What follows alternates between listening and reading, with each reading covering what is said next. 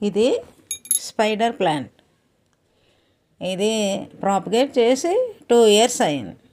దీనికి పిల్లలు చాలా లేటుగా వచ్చినాయి.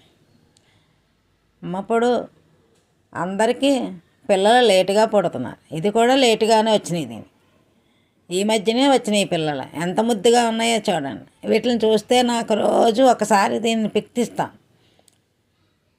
ఇది మంచిది, ఎయిర్ ప్యూరిఫై చేస్తుంది ఇంటికి.